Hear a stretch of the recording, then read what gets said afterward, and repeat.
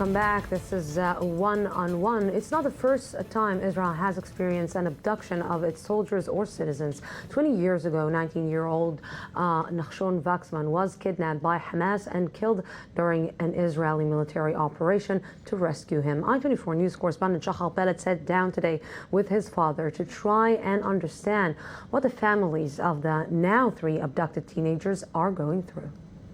Mr. Wachsman, thank you very much for taking the time to sit and talk to us. From your tragic experience, what is happening now inside the families' homes? They're in a very difficult mental situation. They need to set in motion their defense mechanisms so they can stay sane. And our defense mechanisms in these cases are belief and hope and prayer. I very much relate to them now.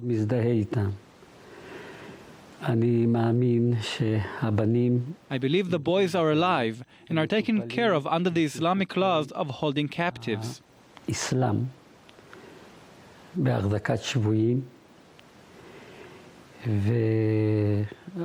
With time, since this is psychological warfare, we will hear from them, and it will end differently than in our case. In our case, it ended very badly, and I believe that in their situation, it will end better, and the boys will return to their families, well and healthy. It is really very difficult for the parents in this situation to be out of control, because as parents, we have instincts to protect our children, and the fact that now they are in the enemy's hands and the parents can protect their children, they're in a very, very difficult mental state. It's a terrible suffering. Why did you choose not to contact them and not to visit them? If I show up at their doorstep, they would immediately be reminded of the way it ended in our case. Meaning, if I go there, I would add pain to the existing pain they feel. Because I don't remind people of good things. I would add to their sadness and pain and depression. This is why I will go to them when the boys will return. And then we will have a great celebration. And we will thank God for His miracles.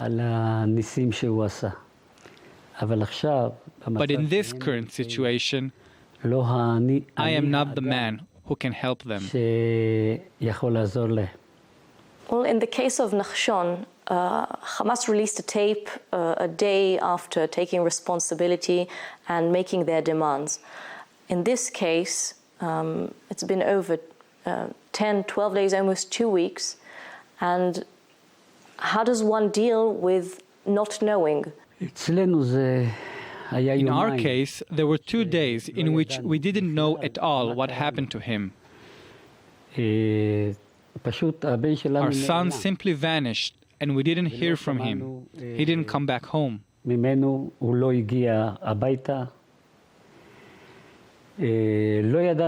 didn't know what happened to him. We checked in hospitals if he was injured, but he was nowhere to be found.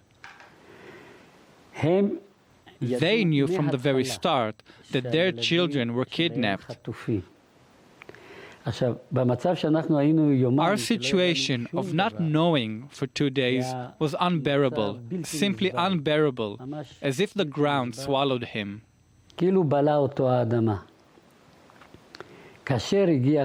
When the tape of him emerged on Israeli television,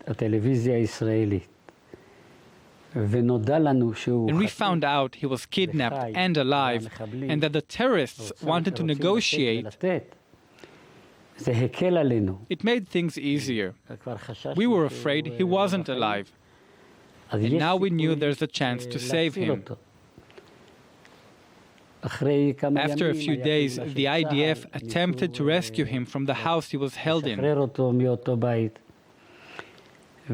The operation failed, and he was murdered. And you're saying now that the government is doing wrong, isn't doing the right thing, in your opinion? I'm not sure that the Israeli government is doing what it should have done, or is acting as it should. We have laws in Israel which deprive them. Our senior officials have tied their own hands with these laws, and the enemy is taking advantage of this. You mentioned the house in Bir Nabala where Nachshon was held. You recently visited that house for the very first time. How did that make you feel? How was that experience? It's been 20 years since Nachshon was murdered.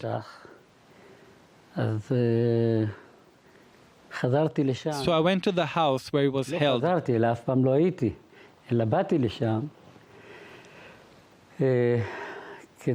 Maybe in order to find a souvenir from Nachshon. I was there in the same room he was murdered in.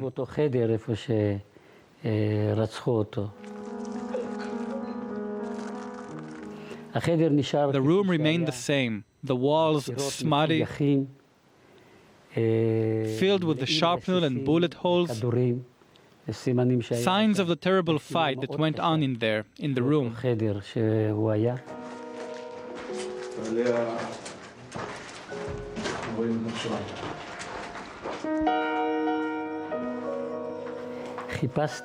I searched in the dust for perhaps something I could take home as a souvenir. And that's how I reconnected with my son, who I miss very much.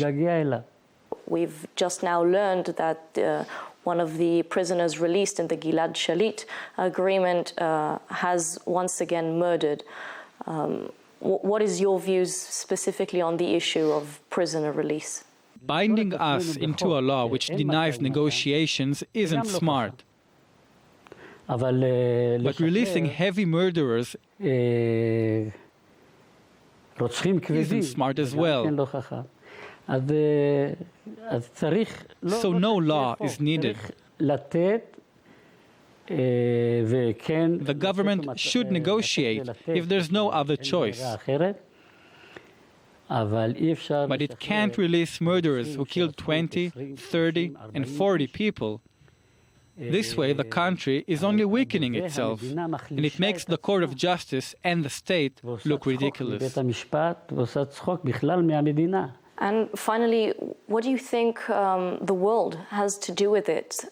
Do you think the pressure of the international community can help here? We know the mothers of the 3 kidnapped boys are now in Geneva trying to cry for their release, call for their release, and there have been several reactions around the world, although many say these reactions are not enough. What is your view on this?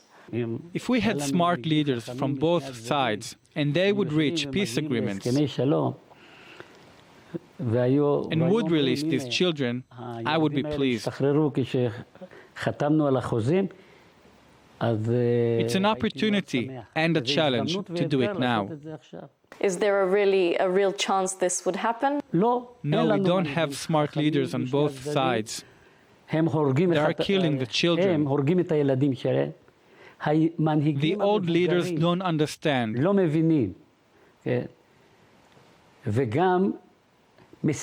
are also inciting the youngsters on both sides against each other. And this is the result. A